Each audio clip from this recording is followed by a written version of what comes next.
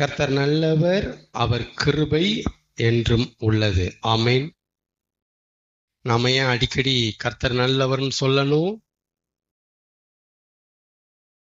ஏன் சொல்லணும்? அவர் நம்மகிட்ட நல்லவரா நடந்திருக்கிறத விட கெட்டவர் மாதிரி நடந்துக்கிறது அதிகம். அதிகம். ரெண்டையும் தராசுல வச்சா கெட்டவர் மாதிரி நடந்துக்கிறது வெயிட் அதிகம். அதனாலதான் நம்ம அடிக்கடி நல்லவர் சொல்லி பழகணும். இப்படி சொல்றத நீங்க வேற மாதிரி எடுத்துக்க கூடாது. இப்படி நீங்க சொல்லி சமாளிச்சுக்கிறீங்க, இப்படி ஒரு காரணத்தை வச்சுக்கிட்டு நீங்க அவரை நல்லவரா இருக்க வைக்க பாக்குறீங்க அப்படின்னு எடுத்துக்க கூடாது. இதான் உள்ளது, இதான் இருக்கிறது, இப்படித்தான் அந்த பாதை இருக்கு, இப்படித்தான் அவரு இருக்கிறாரு அப்படிங்கிறது நாளானது விளங்க பண்ணும். அப்படிங்கிறத சில காலங்கள்ல அவரே நமக்கு புரிய வைப்பார். அவராவே புரிய வைப்பார் அந்த விஷயத்த. சமாளிக்கலடா தம்பி, இதுதான் அப்படின்னு அவரே சொல்லுவார். அப்படித்தான் அவர் சொல்லுவார் அவரு. ஆமென். அதனால ஆண்டவர் ஆராதனை ஆரம்பத்துல இருந்தே நம்மகிட்ட பேசுறாரு. செய்தி நேரத்துல தான் பேசுவாருன்னு நம்பக்கூடாது. அதே மாதிரி சபையில தான் பேசுவாருன்னு நம்பக்கூடாது. எனி டைம் எனிவேர், எங்க வேணாலும் பேசுவார், எப்ப வேணாலும் பேசுவார். இப்ப பேசணும்னு நினைச்சாருன்னா பேசிடுவார். அது எந்த இடம் பார்க்க மாட்டார், எந்த இடம் பார்க்கவே மாட்டார், பேசிடுவார். ஆமென். சபை தொடங்குல இருந்தே இன்னைக்கு ஆண்டவர் என்ன செய்யறாரு? பேசிட்டே இருக்கிறார். பிலிப்பியர் 1ஆம் அதிகாரத்துல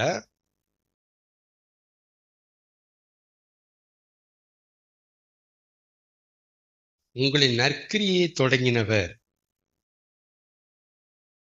அதை கிறிஸ்துவின் நாள் வரைக்கும், அந்த முடிவு பரியந்தம் முடிய நடத்துவார் அப்படின்ட்டு பவுல் ஒரு வாக்கியத்தை எழுதியிருக்கிறார். தொடங்கினவர் முடிப்பார்.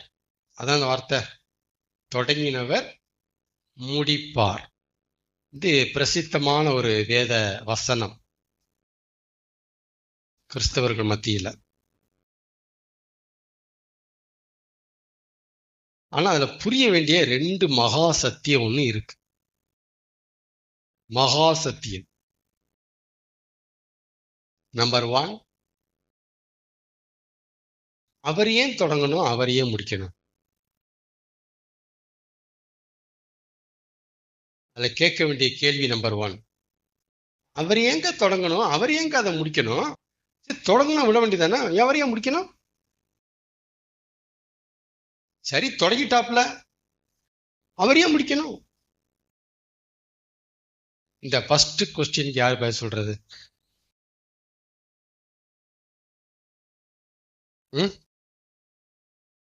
சரி, என் கூட டிராவல் ஆனவங்க சொல்லுங்க பாப்போம். அவங்க தான் சொல்ல முடியும் இதுக்கு பதில. அடுத்த கேள்விக்கு அவங்க தான் பதில் சொல்ல முடியும்.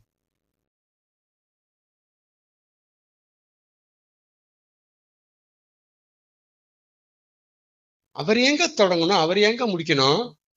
சரி, தொடங்கிட்டார்ல, அது இப்போ ஐயோ முடிக்கணும்.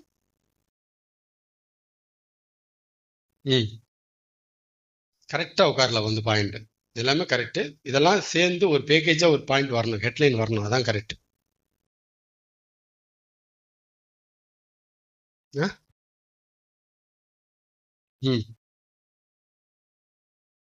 சீக்கிரம், நமக்குள்ளதான் இருக்கிறோம், பேசுங்க. தம்பி சொல்லுங்க.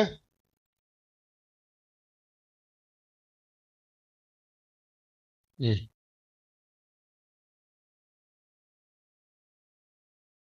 ம். ஏங்க அவர் தொடங்கணும், ஏங்க அவர் முடிக்கணும்? சரி, தொடங்கினதான் தொடங்கினாரு, அது எதுக்கு முடிக்கணும்? அவர் எதுக்கு முடிக்கணுங்க அப்படின்னு கேட்டீங்கன்னா,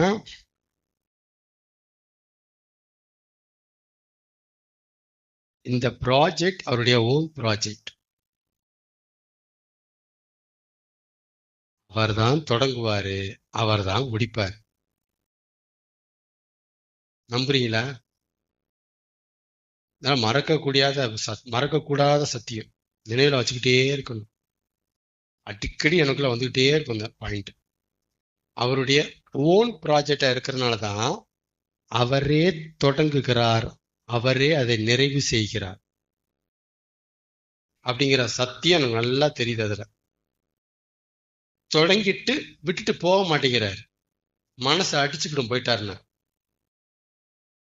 எபிரேயர் 2ஆம் அதிகாரத்துல நினைக்கிறேன், இவ்வளவு பெரிதான ரட்சிப்பை குறித்து நாம் கவலையற்று இருப்போமானால் தண்டனைக்கு எப்படி தப்பித்து கொள்ளுவோம் அப்படின்ட்டு எழுதுறாரு அந்த எழுத்தாளர்.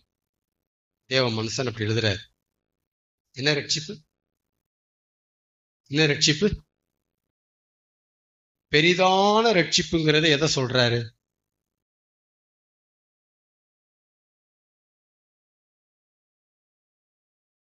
பாவ மன்னிப்பை நாம பெறுகிறது, ஜீசஸ நாம சேவியரா அக்செப்ட் பண்றது, சிலுவையில அவர் தொங்கி ரத்த சிந்தி மரிச்சது, இதெல்லாம் உள்ளடக்குன ஒரு வேர்டு தான் அது, பெரிதான ரட்சிப்பு. ஆனா அந்த வசனம் எனக்கு எப்படி காண்பிக்கப்படுது? அதே வசனம்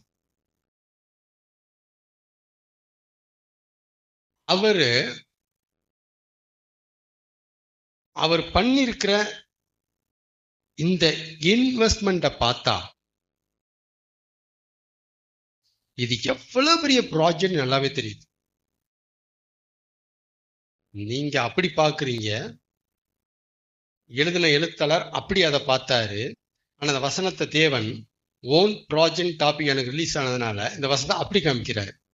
இது பெரிய ரட்சிப்பு அப்படின்னு ஒரு பக்கம் இருந்தாலும் அப்ப புரிஞ்சுக்கோ என்னுடைய இன்வெஸ்ட்மெண்ட் எவ்வளவு இருக்கணுங்கிறத பாருங்கிறார்.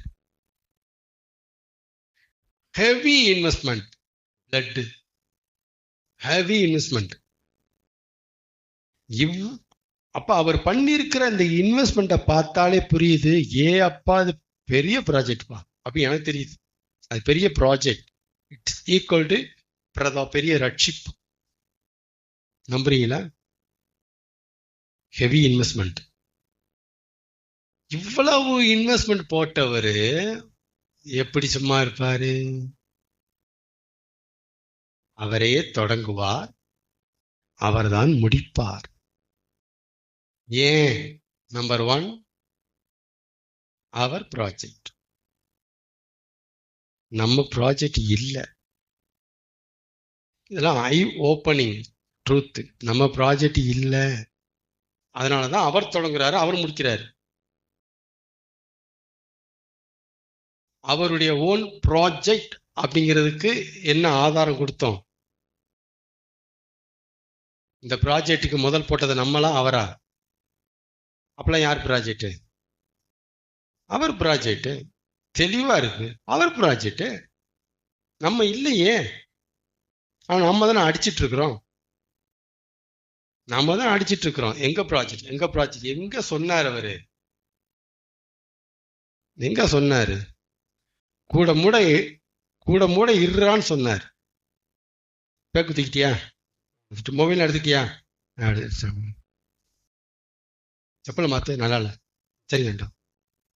சரி பாபா, பஸ் இப்போ வரும் பாரு. இதுக்கு தான் நம்ம வச்சிருக்கிறாரு. இது பேர் தான் கூட மூட இருக்கிறது. நாங்கள் தேவனுக்கு உடன் வேலையாட்கள். Underline 1 Corinthians 3. பவுல் தெளிவா எழுதுறாரு, உடன் வேலையாட்கள். நான் உங்களை தேவனுடைய வேலைக்காரங்க அப்படி சொல்லல, உடன் வேலையாட்கள்னா அப்ப தேவன் ஏற்கனவே என்ன பண்ணிட்டு இருக்கிறாரு? வேலை பார்த்துட்டு இருக்கிறாரு. உடன் வேலையாட்கள், நாங்க ஜாயின் பண்ணிக்கிறோம் சொல்றாரு அழகா. புரியுதுங்களா? அவரே ஒர்க் பண்றாரு தேவன். Own project. நம்மளை கூட மூட இருக்க சொல்றாரு. ஆமென். நம்பர் 2 என்ன கொஸ்டின் வருது அதுல? ஏன் அவர் தொடங்கணும், அவர் முடிக்கணும், நம்ம செய்யக்கூடாதா? யார் பேர் சொல்றது? ஆனா சரிங்க, ஓன் ப்ராஜெக்ட் தாங்க, ஏன் நம்ம செய்யக்கூடாதா? யார் பேர் சொல்றது? அடுத்த கேள்வி வருது. ரைட்டுங்க, அவர் இருந்து போட்டுங்க, கூட இருந்து போட்டுங்க, ப்ராஜெக்ட் தாங்க, ஏன் நம்ம செய்யக்கூடாதா? நம்ம தொடங்குவோம், ஏன் நம்மளே முடிப்போமே, ஒரு பெருமை தானே, செஞ்சு காட்டுவோம். வேணும் பிரதர், நமக்கு செஞ்சு காமிக்கணும் பிரதர். ஆனா அப்படியே விட மாட்டேங்கிறாரு. ஏன் அவரே தொடங்குகிறார், அவரே முடிக்கிறார். ஏன் அவர் தொடங்கணும், அவர் முடிக்கணும்?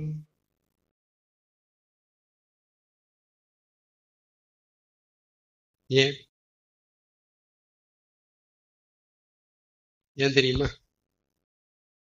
யோவான் 15:5, நாம கொடி, ஆரம்பிக்க வச்சாதான் ஆரம்பிப்போம், முடிக்க வச்சாதான் முடிப்போம். இதெல்லாம் அவருக்கு தெரியுது. நாம கொடி, அதான் அவர் தொடங்கி வைக்கிறாரு, நாம தொடங்குறோம். அதான் அவர் முடிச்சு வைக்கிறாரு, நாம முடிக்கிறோம். கிளியரா? ஒரே வசனம், ஆனா அறிஞ்சிக்க வேண்டிய பிரதான சத்தியங்கள் 2 இருக்கு அதுல. ஓன் ப்ராஜெக்ட் உள்ள வருது, கொடி உள்ள வருது, தெரிஞ்சுக்கணும். ஆமென்.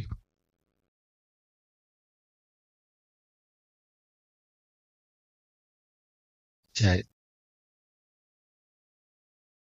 யோபு 1:8 வாசிக்கலாமா?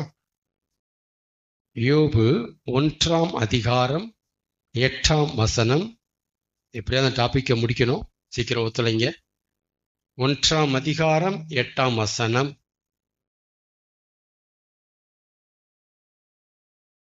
வாசிக்கலாமா? யோபு 1:8. எடுத்தவங்க வாசிங்க சத்தமா. கர்த்தர் சாத்தானை நோக்கி, என் தாசனாகிய யோபின் மேல் கவனம் வைத்தாயோ? அண்டர்லைன் வேர்டு, கவனம் வைத்தாயோ? உத்தமனும் சன்மார்க்கனும் தேவனுக்கு பயந்து பொல்லாப்புக்கு விலகுகிறவனுமாகிய அவனைப் போல பூமியில் ஒருவனும் இல்லை என்றார். யோப குறித்து என்ன சொல்றாரு தேவன்? உத்தமன், அப்புறம் சன்மார்க்கன், அப்புறம் பொல்லாப்புக்கு விலகுகிறவன்.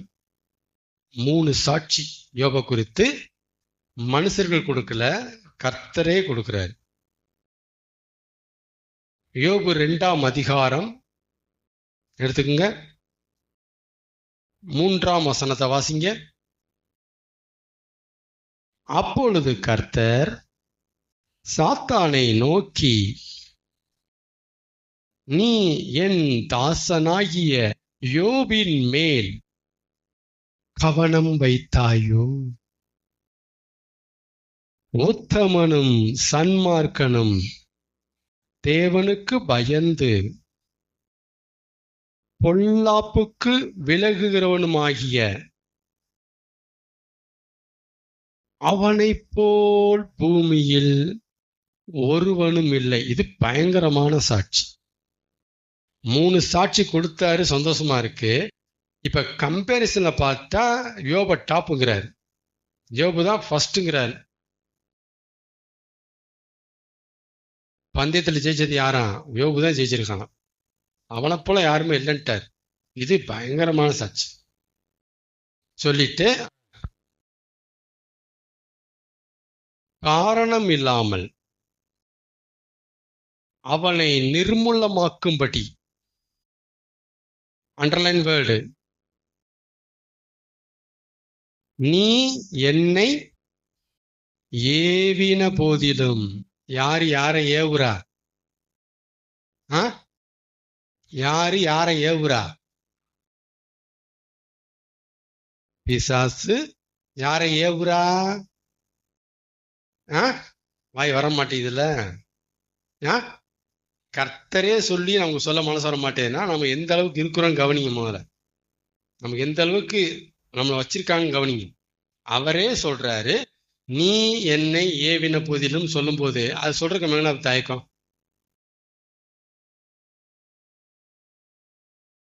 ஆ பிசாசு யாரை ஏவி இருக்கான்? கடவுளை ஏவி இருக்கான். சரி, அவன் இன்னும் என் உத்தமத்திலே, தன் உத்தமத்திலே, தன் உத்தமத்திலே, தெளிவா வாசிங்க வசனத்தை.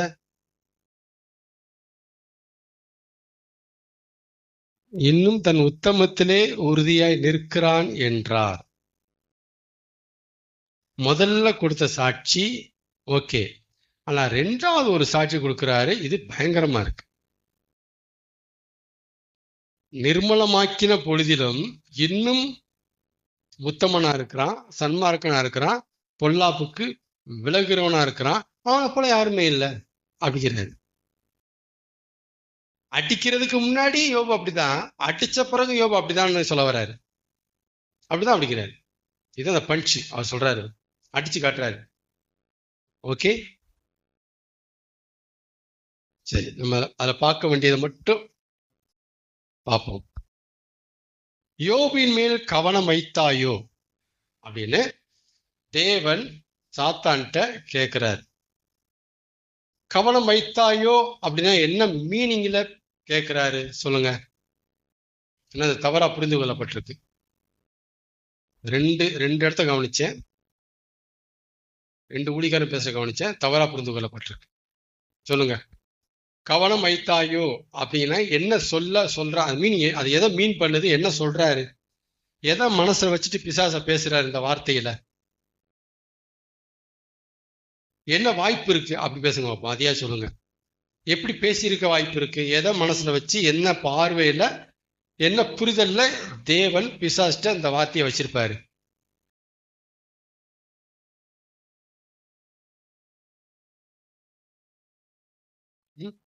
ஆனா எப்படி புரிந்து கொள்ளப்பட்டிருக்குன்னு சொல்லிடுறேன். என்னடா யாழை கவனிச்சியாக்கும்? கண்ணு போட்டா நோட்டம் போடுறியா அப்படின்னு ஆண்டவர் சொன்னதா சொல்றாங்க. கவனம் வச்சியா மேல? கண்ணு வச்சியோ? அவனுக்கும் போனியா நீயே? நோட்டமா போடுறவன நீயே அப்படின்னு ஆண்டவர் யோகிட்ட சொன்னதா பிரசங்கம் பண்றாங்க. நோ, இது அப்படி அவர் பேசவே இல்லை. ஏன்னா பின்னாடி வர வார்த்தையை நிரூபிக்குது. அப்படி அவர் பேசல. கவனம் வைத்தாயோ அப்படின்னா என்ன பேசுறாரு? என் தாசனாகிய யோப கொஞ்சம் கவனிச்சியா? கவனம் வைத்தான்னு என்ன அர்த்தம்? கவனிச்சியா? நீ கவனிச்சியா? எல்லாரையும் பார்த்து வந்தியே, யோப பாத்தியா? பாத்தியா? ஆளு எப்படி?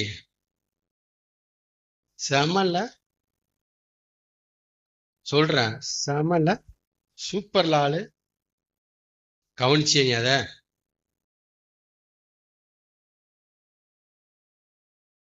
நீயே சொல்ற. அவன மாதிரி வேற யாரா இருக்காங்களா? இப்ப நான் சொல்றதா வசதா உட்கார வைங்க, கரெக்டா புரிஞ்சிடும். அவர் என்ன மீனிங்ல கேட்டாலும் உங்களுக்கு புரிஞ்சு போயிடும். அவர் சொல்றதா நம்ம லாங்குவேஜ்ல பேசுறேன் அப்படியே.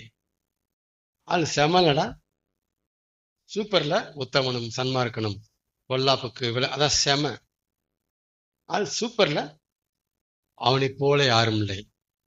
நீயே சொல்லு, அவன் மாதிரி யாரும் இருக்காங்களா? நான் கவனிச்சேன் நீ இதெல்லாம் அப்படிங்கிற. அவனை வையல, ஏன்டா அவனுக்கு பார்த்தேன், அவனை ஏன்டா நோட்டம் போட்டேன், அப்படி வையல, அப்படிதான் பேசுறாங்க. வையல் அவனை, வையல் அவனை. யாழை பாத்தியா? சூப்பர் டக்கர்ல, டாப்டா, அவனை மாதிரி யாருக்கு நீயே சொல்லு அப்படிங்கிறாரு. அந்த கான்வர்சேஷன் தான் துறை அடுத்து பேசுறாரு. எல்லாம் சரிதான் இவர் பேசுறாரு அடுத்து. அப்படியே அந்த கான்டெக்ட் அட்டாச் பண்ணுங்க, சூப்பரா புரியும் நான் சொல்றது. எல்லாம் சரிதான், ஆனா நீங்க வந்து இப்படி பண்ணிருக்கீங்க அடுத்து பேச வர்றாரு. கவனிச்சோம் சொல்ல வர்றாரு. தோரா பேசுறாரு. எப்படி புரிஞ்சுக்கணும்? இந்த வசனத்தை அப்படி பேசும்போது தப்புன்னு புரிஞ்சுக்கணும். இப்படிதான் புரிஞ்சுக்கணும் நீங்க. அவர் அப்படிதான் பேசுறாரு அவன்கிட்ட. ஏன்னா அவனை போய் பார்த்தேன், அந்த பக்கம்ட்ட போன நீங்க அப்படியே பேசினாரு. அப்படி பேசினா எதுக்கு அடுத்ததெல்லாம் பேசுறாரு? புத்தமனும் சர்மாக்கணும் அவனுக்கு அதையும் பேசுறாரு. அதுவே அவன்கிட்ட சொல்லணும். ஆமேன். அதனால அப்படி இல்லை. சரி, யோபை பத்தி ஆரம்பிச்சது யாரு பேச? யோபை பத்தி பேச ஆரம்பிச்சது யாரு? கர்த்தர். பிசாசு கர்த்தர்ட்ட ஆரம்பிச்சானா, கர்த்தர் பிசாஸ்ட ஆரம்பிச்சாரா யோபை பத்தி பேச? கர்த்தர் தான் ஆரம்பிக்கிறார். எப்ப கவனிச்சு அவனை அப்படின்னு ஆரம்பிக்கிறாரு. இவர் தான் ஆரம்பிக்கிறாரு. அவன் இன்னைக்கு எப்படியாவது யோபை சொல்லணும். அவன் வரல, அவன் வரவே இல்லை. அந்த பக்கமே இல்லை, அவன் அந்த ஏரியால அவன் இல்லை. அந்த தாட்டு அவன்கிட்ட கிடையாது. ஆனால் அந்த தாட்டு யார்கிட்ட வந்திருக்கு? நம்மள்கிட்ட. பாத்தியா இல்லையா? சூப்பர். இன்னைக்கு காலையில் தான் சர்டிஃபிகேட் வாங்கிட்டு போயிருக்கான்னுட்டேன். சூப்பர். யாரா இருக்காங்களா சொல்றேன். பூமி எங்கும் அலைந்து திறந்து சுற்றி வந்தல சொல்லி யாரா இருக்காங்கன்னு சொல்லி பார்த்துடலாம். இவர் உடனே தர ஆரம்பிக்கிறாரு. அதுதான் இந்த எங்கே இருக்கிறாய், எங்கே இருந்து வருகிறாய், பூமி எங்கும் உலாவி சுற்றி, இந்த இந்த கான்வர்சேஷன்லாம் இதுக்குத்தான். அவனை மாதிரி யாரா இருக்காங்களா? அதுக்கு தான் அந்த வார்த்தையை தான் அந்த வார்த்தையை போடுறாரு. எல்லாம் சுத்தி வந்து இல்ல யாரா இருக்காங்களான்னு சொல்லு, டாப்டாவேன் அப்படிங்கிறாரு.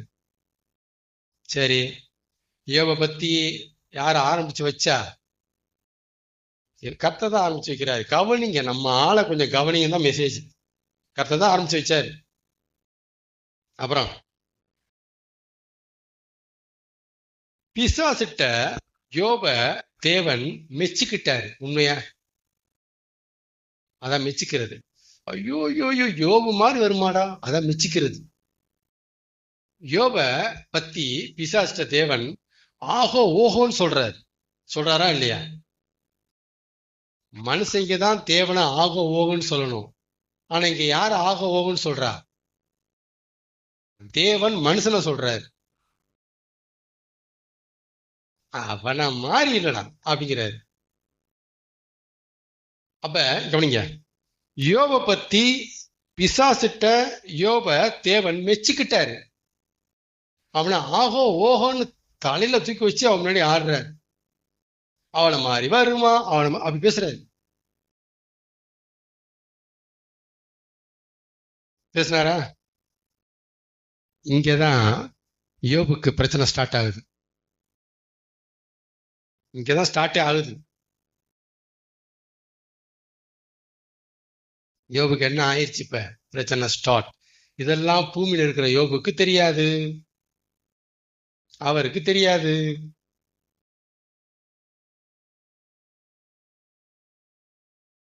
அந்த யோபு புத்தகத்தை படிச்சு பார்த்தீங்கன்னா, இப்பொழுது அவன் உன் கையில் இருக்கிறான். முதல்ல அவனுக்கு உண்டானவைகள் எல்லாம் யார் கையில இருக்கு? முதல்ல யார் கையில இருந்துச்சு? தேவன் கையில இருந்துச்சு. அப்படிங்கிறத பிசாசு சொல்றான். நீ அவனையும் அவனுக்கு உண்டான எல்லாவற்றையும் அவன் வீட்டையும் சுற்றி வேலி அடைக்கவில்லையோ? அவனுடைய சம்பத்து தேசத்தில் பெருகிற்று. அதனாலதான் உத்தமனா இருக்கான், அதனாலதான் சன்மார்க்கமா இருக்கிறான், அதனாலதான் உங்களுக்கு பயப்படுறான்.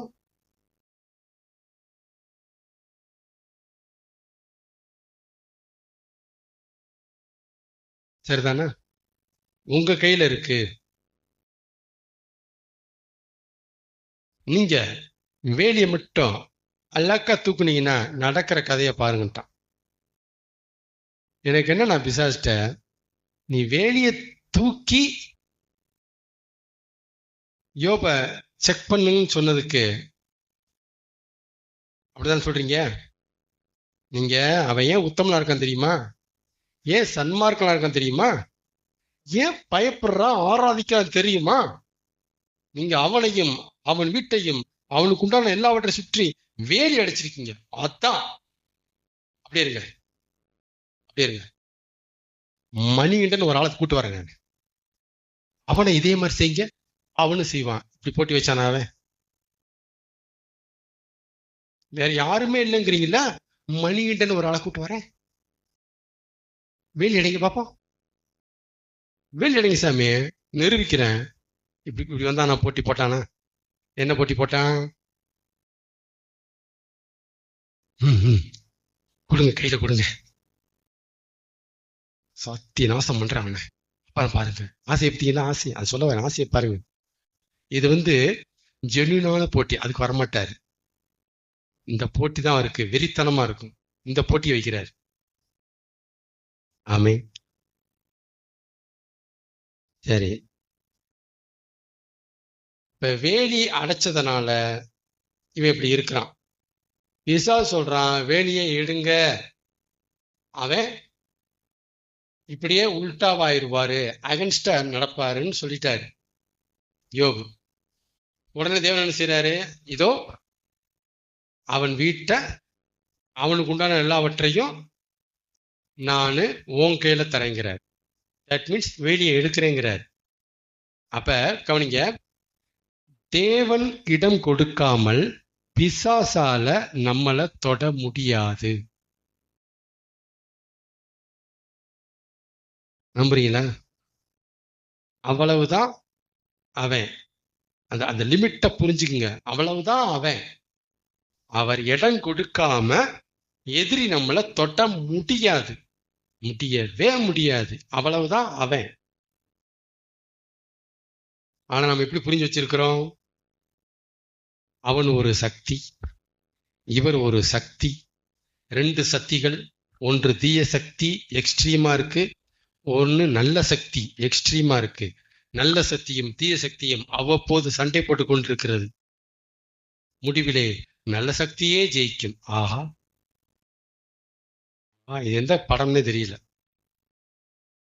அவனை பத்தி பைபிள் தெளிவா சொல்லுது. அவன் எல்லை என்னன்ட்டு. அவனுக்கு எல்லை இருக்கு, தேவனுக்கு எல்லை கிடையாது. அவனுக்கு லிமிட் இருக்கு, அதை தாண்டி ஒண்ணுமே பண்ண முடியாது. பைபிள் அப்படி சொல்லுது. நம்ம எப்படி பண்ணிட்டோம்? தேவன் ஒரு சிங்காசனத்திலையும் பிசாசு ஒரு சிங்காசனத்திலையும் ஆளுகிறார்கள், அவ்வப்போதிலும் சண்டை போடுகிறார்கள். அது இங்கே பிரச்சனை வெடிக்கிறது பூமியிலே. இப்படி பேசுறாங்க.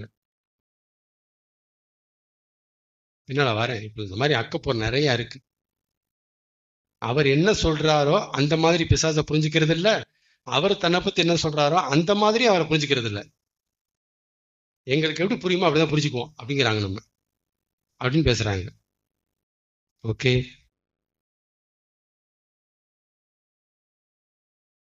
பிசாசுக்கு யோபு இடம் கொடாதிருந்தும், அண்டர்லைன், இந்த வசனம் ரொம்ப முக்கியம். பிசாசுக்கு யோபு இடம் கொடுக்காமல் இருந்தும். இடம் கொடுத்தாரா? தன் பிள்ளைகள் இடம் கொடுத்திருக்க போறாங்களோ அப்படின்னு விருந்து அந்த காரியம் முடிஞ்சதுக்கு அப்புறம் அவங்களுக்காக பாவ நிவாரண பலி செலுத்திட்டு இருப்பாரு.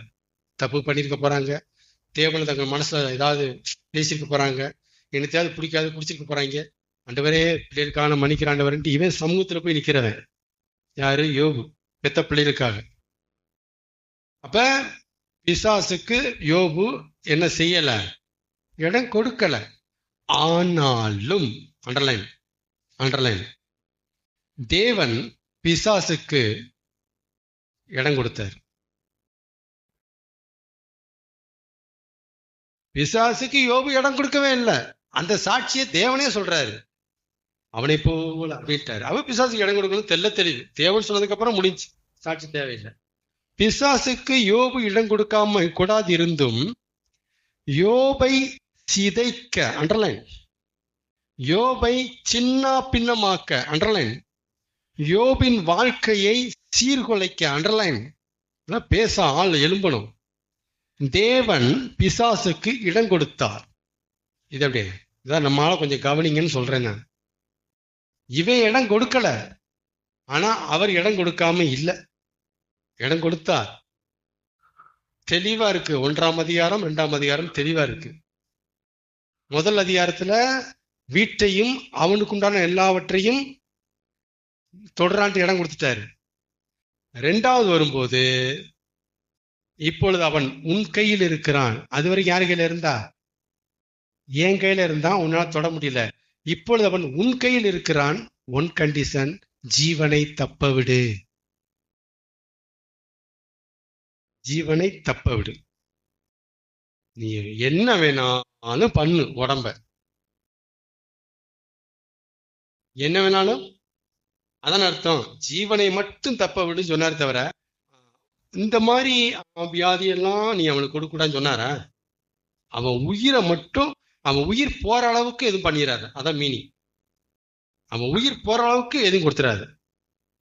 உயிரை மட்டும் விட்டுற அவன்கிட்ட அப்படின்ட்டாரா? இப்படிதான் சொல்லியிருக்கிறாரு. அப்ப யோபுக்கு பிசாசு கொடுத்த வியாதி என்ன?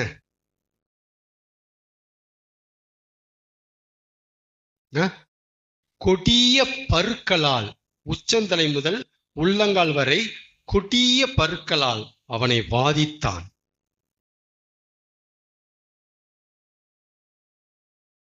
இதை விட இதை தவிர்த்து வேற ஏதாவது உடம்புல அடுத்து கொடுத்தானா? வாழ்க்கையில இப்படிதான் இருந்தாங்க. ஓடை எடுத்து சுரண்டதான் யோபோட வேலை. இதுக்கப்புறம் நெக்ஸ்ட் ஏதாவது வியாதி கொடுத்தானா? அப்ப என்ன புரியுதுன்னா, இவர் என்ன சொன்னாரு? உடம்புல என்ன வேணாலும் பண்ணிக்க சாமி, உயிரை விட்டுரு. அப்பனா கையில யோபோட உடம்பு அல்வா மாதிரி கிடைக்குது அவன் கையில. இப்ப என்ன வேணாலும் செய்யலாம். இவருக்கு தெரியாத கலையே கிடையாது, துறைக்கு தெரியாத கலையே கிடையாது. அப்படி இருந்தும் கொடிய பருக்களை தேர்வு செஞ்சாரு. அப்படின்னா கொஞ்சம் பாருங்க, த மேக்சிமம். இதுக்கு மேல என்னடா கொடுக்கறது? அதான் கொடிய பருக்கு மேல அவன் எதையுமே கொடுக்கல. அப்படின்னா கொடிய பருக்கள் இட்ஸ் மேக்சிமம். இதுல வாதிச்சா முடிஞ்சுண்டா அவன் கதை. உயிரும் போகாது, மறுதளிக்க செஞ்சிருவான். வேதனை அப்படி இருக்கும். புரிஞ்சுக்கிட்டீங்கன்னா அவனுடைய போற முகத்தை. அப்ப கொடிய பருன்னு வாசிட்டு போயிட்டோம். கொடிய பரு இட்ஸ் மேக்சிமம். புரியுமா நமக்கு? அதான் மேக்சிமம்.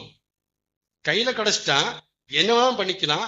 என்ன பண்ண பார்த்தா கொடிய பொருள்ட்டான். அப்ப த மேக்சிமம். அப்ப அவன் எவ்வளவு வேதனைப்பட்டிருக்கான்னு கவனிங்க. எவ்வளவு வேதனைப்பட்டான். ஒரு பக்கம் ஃபெய்த்தை கட்டி பிடிச்சுக்கணும், இன்னொரு பக்கம் உடம்பு வேதனை, இன்னொரு பக்கம் எதிர்கால ஹோப் தெரியல, இன்னொரு பக்கம் வாழ்க்கை செதைஞ்சு போச்சு. பிள்ளையெல்லாம் காணும், செத்து போயிட்டாங்க. ஆடு மாடு எதையும் காணும், மதிப்பு போச்சு, மரியாதை போச்சு, துப்புறாங்க, எவனும் பயப்பட மாட்டேங்கிறாங்க, கனமம் எல்லாம் போச்சு, எல்லாம் போச்சு, எல்லாம் போச்சு, எல்லாம் போச்சு. உயிர் மட்டும்தான் தொங்கிட்டு கிடக்காங்க. விசுவாசம் நின்றுட்டு இருக்கு. கர்த்தர் நல்லவரா? கர்த்தர் நல்லவரா? எப்படி ஆரம்பிச்சாரு? ஏன் நல்லவர்னு சொல்லணும் அடிக்கடி? யோபுட்ட அவரு நல்லவரா நடந்துகிட்டாரா, கெட்டவர் மாதிரி நடந்துகிட்டாரா? நல்லவராகவும் நடந்திருக்கிறாரு. அதான் 1ஆம் அதிகாரம். இத்தனை ஏர்மாடு, கிழக்கத்தி புத்திரரில் பயங்கரமா இருந்தாரு. கெட்டவர் மாதிரி நடந்திருக்கிறாரு. அவர் நல்லவரா நடந்த பகுதி யோபு சில கொஞ்சமா இருக்கு. அவர் கெட்டவர் மாதிரி நடந்த பகுதிகள் எக்கச்சக்கமா இருக்கு. நம்புறீங்களா?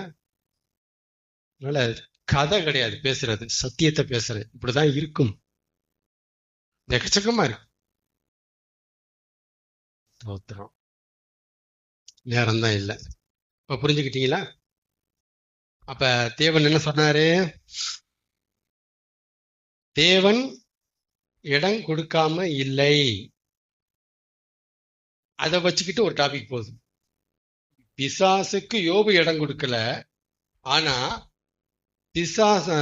யோப சிதைக்க, சின்ன பின்னமாக்க தேவன் பிசாசுக்கு இடம் கொடுக்காம இருக்கல. நம்பர் 2. நம்பர் 3,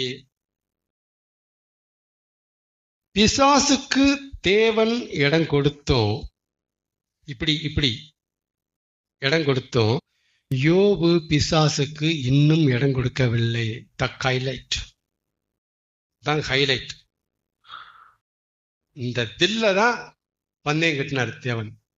இந்த தில்லு அடிச்சாலும் இருப்பான்டா என்னட்ட, அதான் தில்லு.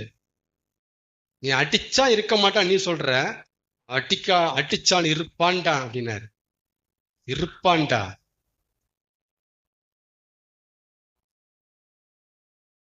பின்வரும் சந்ததிக்கு யோபு சரியான மாடல்ரா. வேலண்டானுக்கு யோபு வழி இல்லப்பா, பொறுத்துக்குப்பா. என்னை பின்பற்றுகிற, என் கையில இருக்க வருகிற சம்மதிக்கிற மக்களுக்கு யோபு பெஸ்ட் எக்ஸாம்பிள் இருக்கணும்டா. நான் எனக்கு ஒரு எக்ஸாம்பிள், ஒரு மாடல் வருங்காலத்துக்கு வேணும்னா எந்த எக்ஸ்ட்ரீமுக்கும் தேவன் போவேங்கிறாரு. எந்த எக்ஸ்ட்ரீமுக்கும் போவேன், ஒருத்தன்ட்ட எந்த எக்ஸ்ட்ரீம் நான் போவேன். நான் ஒரு மாடல் எனக்கு தேவைப்படுது, பின்வரும் சந்ததிக்கு எனக்கு ஒரு சாம்பிள் தேவைப்படுது அப்படின்னா எந்த எக்ஸ்ட்ரீமுக்கு போய் நிற்பாரு. தி பெஸ்ட் எக்ஸாம்பிள் யோபு. போயிட்டாரு பாருங்க. ஆமென். முடிச்சிடலாமா?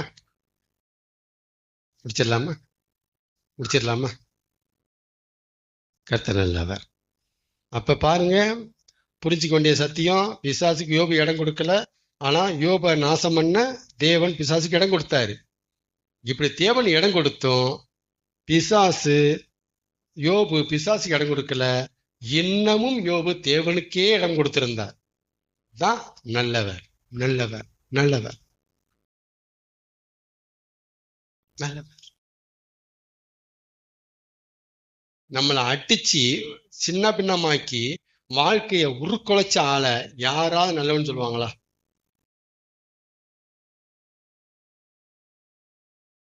நல்லன்னு சொல்லுவாங்களா? நான் பிறக்கும் போதே பிரதர், இந்த மாதிரி பருவோட, இந்த மாதிரி விளங்காத வாழ்க்கையோட நான் பிறந்திருந்தேன்னா நான் இப்ப ஒன்றும் சொல்ல மாட்டேன். ஆனா என்னை நல்லா வாழ வச்சாருல்ல. சில பேர் கேட்கிற கேள்வி, ஏன்னா அந்த நல்லா வாழ வச்சுட்டு இப்படி வாழ சொன்னா எனக்கு கஷ்டமா இருக்கு. சார் ராங், நீ தப்பா புரிஞ்சுக்கிறீங்க அவரை. ராங். நான் சொல்றேன், எந்த எக்ஸ்ட்ரீம் போவாரு. ராங். இப்படி சொல்ல முடியுமா? என்னை அந்த அப்படி நல்லா வாழ வச்சனாலதான் என்னால் இருக்க முடியல சொல்ல முடியுமா? அதெல்லாம் பார்க்க கூடாது, விட மாட்டாரு. உன்னை இப்ப என்ன வச்சிருக்கேன் அதுல இருப்பாரு. நீ அதுல இரு. அதையே வாழ வச்சீங்க, அதையே பார்க்க வச்சீங்க, நோ, இப்ப இரு அப்படிங்கிறாரு. ஆமேன். இப்ப முடிப்போம். தேவன் நமக்கு ஆதரவா இருக்கிறார் என்பதுல சந்தேகமே இல்லை. தேவன் நமக்கு சப்போர்ட்டா இருக்கிறாரு, பட்சத்துல இருக்கிறாரு. நம்ம சைடு தான் ஓட்ட போடுறாரு. ஓட்டு நமக்கு தான் போடுவாரு, யாரும் போட மாட்டாங்க. நமக்கு தான் போடுவாரு ஓட்டு. என் ஓட்டு உனக்குடாங்கிறாரு. தேவன் நமக்கு ஆதரவா இருக்கிறான்னு சந்தேகம் இல்லை. ஆனால் அவர் நமக்கு ஆதரவா இருக்கிறதுனால சாதகமான சூழ்நிலை மட்டுமே சம்பவிக்கும் என்று எண்ணுவது தவறு. அடுத்த பாயிண்ட் முடிப்போம்.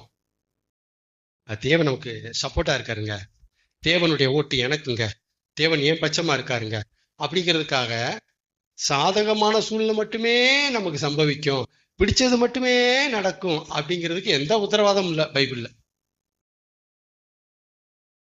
தி பெஸ்ட் எக்ஸாம்பிள் யோபு.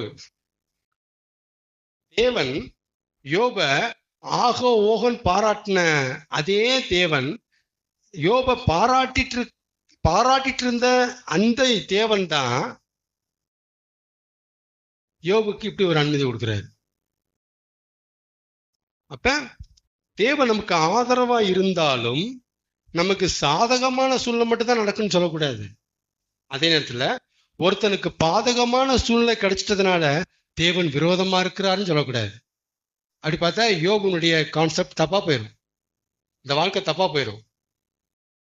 யோபுக்கு வந்த தீமைகள் தேவன் யோபுக்கு அகென்ஸ்டா விரோதமா இருந்த போது அல்ல, தேவன் அவன் பட்சத்துல இருந்த போது வந்த தீமைகள். நம்ம இதெல்லாம் பார்க்கறதே இல்லை. ஏன்னா நம்ம தான் 2 சக்தியை பிரிச்சிட்டோம் இல்லையா? தீய சக்தி, நல்ல சக்தி. தீமை என்றால் அது தீய சக்தி தான், நன்மை நடந்தால் அது நல்ல சக்தி. இப்படி பிரிச்சுட்டதுனால நமக்கு எதுவுமே வெளிப்பட மாட்டேங்குது, எதுவுமே நமக்கு புரிய மாட்டேங்குது. தீமையா அது பிசாசு பிரதர், நன்மையா அது தேவன் பிரதர் அப்படி சொல்லிட்டதுனால அதெல்லாம் வருது பின்னாடி. நமக்கு எதுவுமே புரிய மாட்டேன், நமக்கு எதுவுமே வெளிப்பட மாட்டேங்குது. ஆமென்.